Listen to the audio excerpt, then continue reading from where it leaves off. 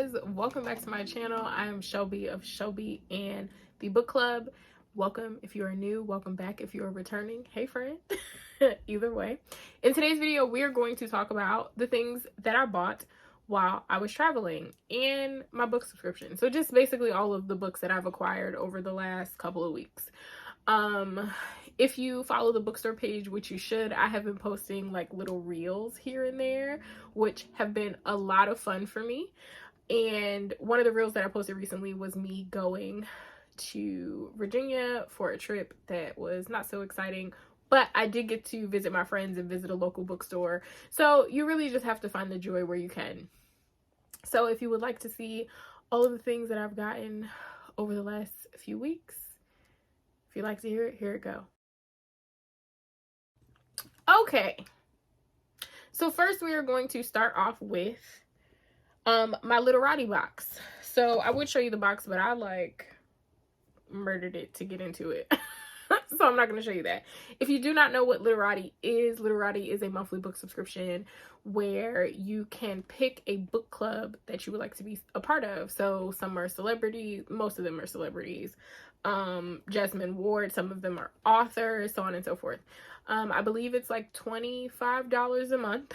You get the book that they pick. You also have access to the Literati app where you are able to have a conversation alongside the author or whoever is running the book club that you pick. So for me, I am a part of Jasmine Ward's book club. I absolutely love it. I think it's one thing to read all of an author's work, but it's another thing to see the types of things that they read and the things that excite them. I think that's important to me. And it may also be important to you. And there are some books that she's picked that I've loved. There are some that she's picked that I've just been like, I don't think that's for this particular version of myself. Maybe Shelby in the future will get into that. But either way, I'm super excited about it. So this month, the book that she picked is 99 Nights in Logar. This definitely looks like something that I am going to read sometime this month. So this is by Jamil John Kochai. And there is a chapter that is in Arabic. How in God's name am I going to translate that? Oh, well, maybe it's, I don't know. We'll figure it out.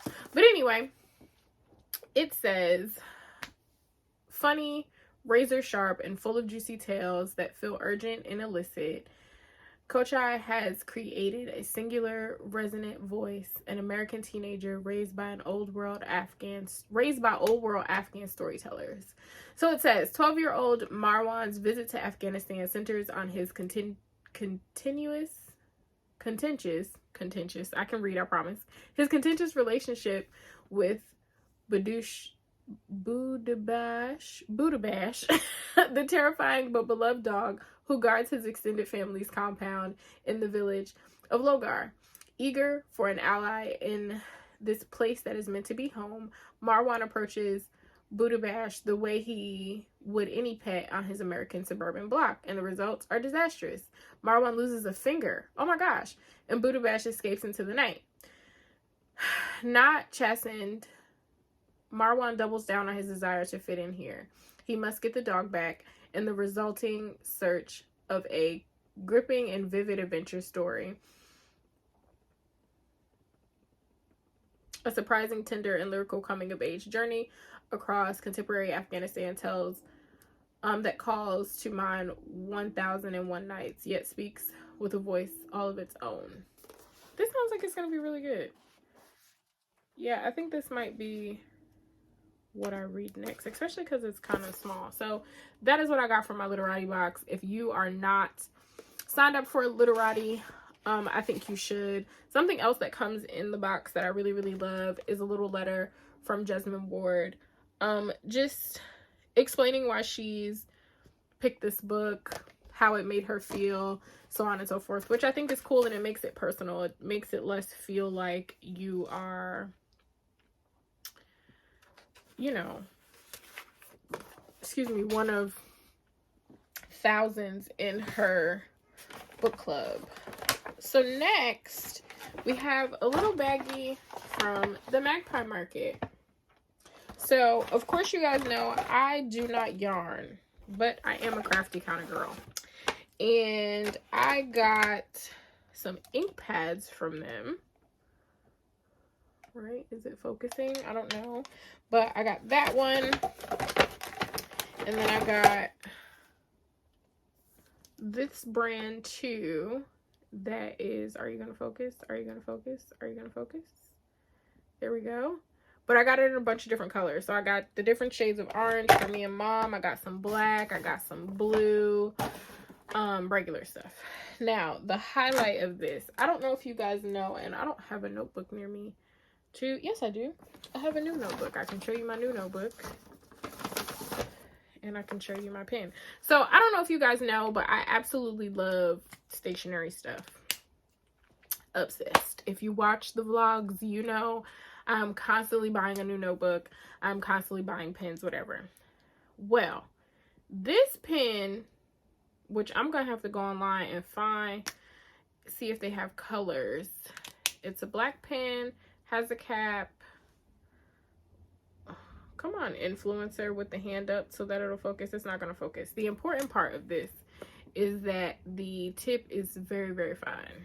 So let's see how this writes in my new notebook.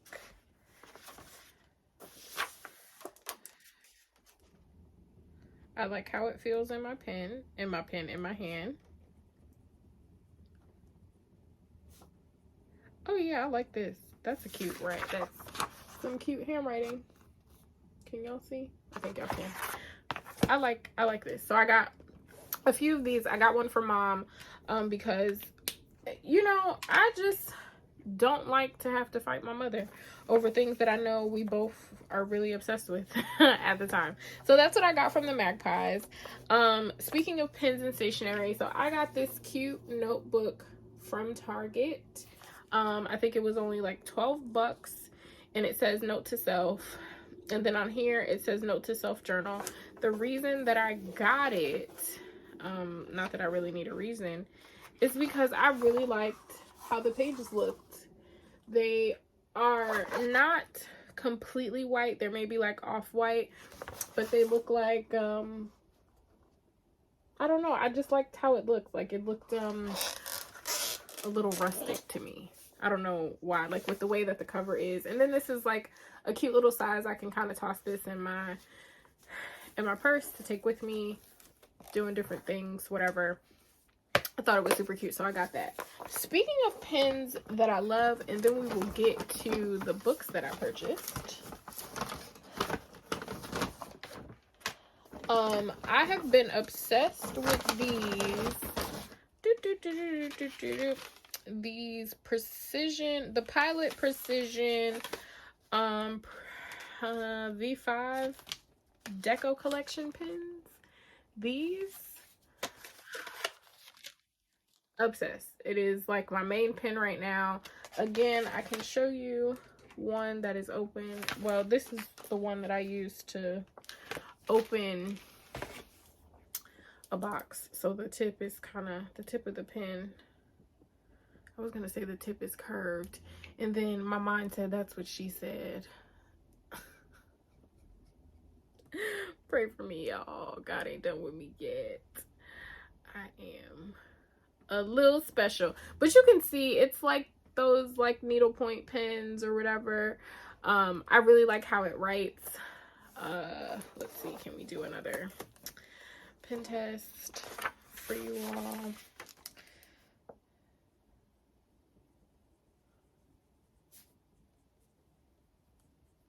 This is sloppy handwriting.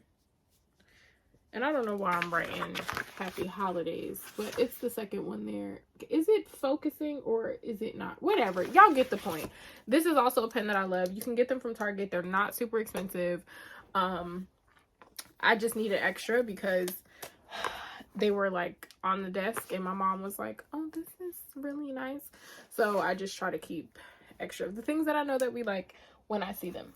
Now on to the new book babies that I got. I only got 3 books. So the name of the bookstore is called Curious Iguana. If you guys are in the Frederick, MD area, I totally think that you guys should go. It is a cute little spot, and the workers there were super nice. I would y'all know me, y'all know I am loud, y'all know that I go in places and I take up space. So as we're walking around, like I was filming a little bit for Instagram, but I was talking to Kayla as we're walking around the bookstore, and I saw some book, I don't remember what it was. I was like, yeah girl, that was terrible and bad, and the girl at the register fell out laughing, and I was like, oh my god, I'm in public in a state where don't nobody know me, just showing my tail. Just acting like nobody cared to raise me, okay? But they were super nice and funny. And yeah, so the first book that I got is called Dead Collections. So this one totally out of my comfort zone. Y'all know the type of stuff that I like to read, and this is something totally different, but something that I'm trying to do, because y'all know that I'm all about diversifying your reading, is I ask people, especially when I'm going to indie bookstores, what are you currently reading? What do you suggest? Because how do you broaden your horizon if you're not talking to other readers, if you're not asking questions, so on and so forth. So I am not afraid to buy something that is way out of what I normally would read. But when she described this to me, I was like, that actually does sound like something that I would read. So it says, when Archivist Soul meets Elsie, the larger-than-life widow of a moderately famous television writer who's come to donate her wife's papers, there's an instant spark. But Soul has a secret. He suffers from an illness called vampirism and hides from the sun by living in his basement office. On their way to falling in love, the two transverse grief, delve into the internet fandom they once unknowingly shared, and navigate the realities of anti-trans discrimination and the stigmas of the carrying the vampire disease. Then, when strange things start happening to the archive, Soul must embrace even more the unknown to save herself and his job. Dead Collections is a wry novel full of heart and empathy that celebrates the journey and the difficulties and the joys and finding love and comfort within our own bodies. I just think this sounds really good. Like, it sounds really amazing. So I'm glad that I got it, and it's a little one. So yeah, I'm excited about this. Next, we have a book that I have been, every time I see it, I want to grab it. Every time I see it, I'm like, I want that. And then for whatever reason, I'm like, I'm gonna put it down. I'm gonna put it down. I'm gonna put it down. But now I have it. What the Fireflies. What the Fireflies Knew by Kai Harris. So this one is by a Black woman, of course. So it says, an ode to Black girlhood and adolescence as seen through KB's eyes. What the Fireflies Knew follows KB after her father dies of an overdose, and the debts incurred from his addiction caused the loss of the family home in Detroit. Soon thereafter, KB and her teenage sister, Nia, are sent by their overwhelmed mother to live with their estranged grandfather in Lansing, Michigan. Over the course of a single sweltering summer, KB attempts to navigate a world that has turned upside down.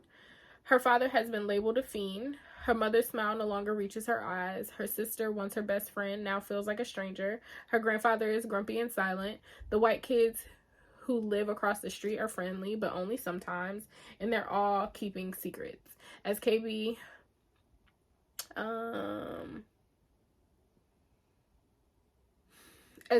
navigates between resentment, abandonment, and loneliness, she is forced to carve out a different identity for herself and finding her own voice. A dazzling and moving novel about family, identity, race, What the Fireflies Knew, poignantly reveals the heartbreaking but necessary component of growing up, the realization that loved ones can be flawed, and that the perfect family we all dream of looks different close up. It just sounds good, and it really is one of those books that, like, every time I've seen it, I've been like, I have to have this, I have to buy it, I have to buy it, and I finally bought it. I finally got it. So this next one, it's pretty big, and I want to show you the author first, because when I tell you stunning, okay, beautiful. But this is called Breaking the Mafia Chain. So can you guess why I bought it? Yes, because there are Black women on the cover. So this says, a richly imagined story of two sisters struggle for true freedom in the mid-19th century as their paths diverge in the Middle Passage, one to the court of Queen Victoria, the other to an American plantation. Salamatu and her sister Fatmata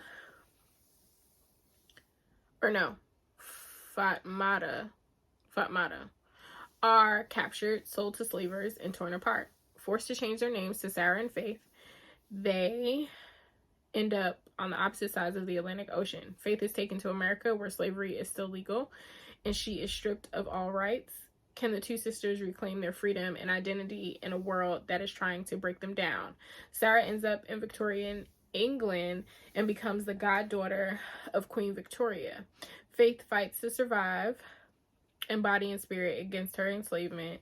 Will these once inseparable sisters survive without each other? And if they do find each other again, will they find the other changed beyond recognition? Based on the true story of Sarah Forbes Bonetta, Breaking the Mafia Chain is by turns epic and intimate, and will take the readers on a journey of loss, survival, identity, and hope.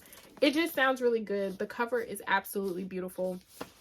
So I had to have it. Y'all know how I feel about Black people on covers and representation. I'm 9 times out of 10 going to buy the book if there is a Black person on the cover.